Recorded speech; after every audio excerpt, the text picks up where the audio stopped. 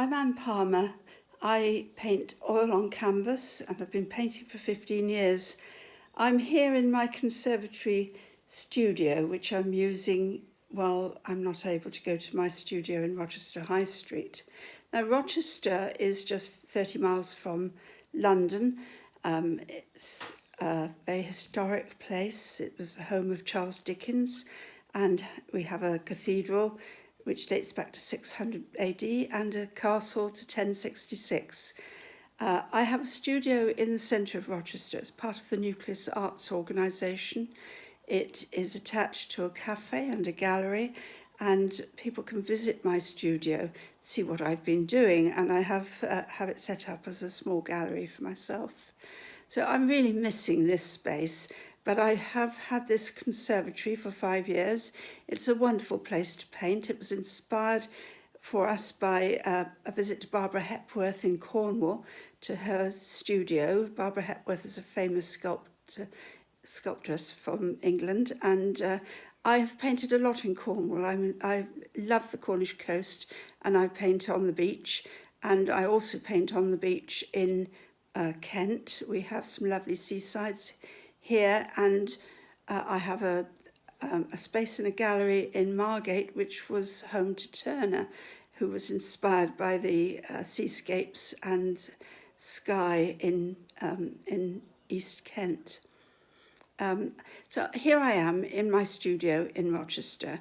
I saw the lockdown coming because I'm a public health consultant by training, and I've retired a few years now, so I'm not actually involved in this terrible situation, but I know what it means, and I know that we're not going to be able to go out for some time yet.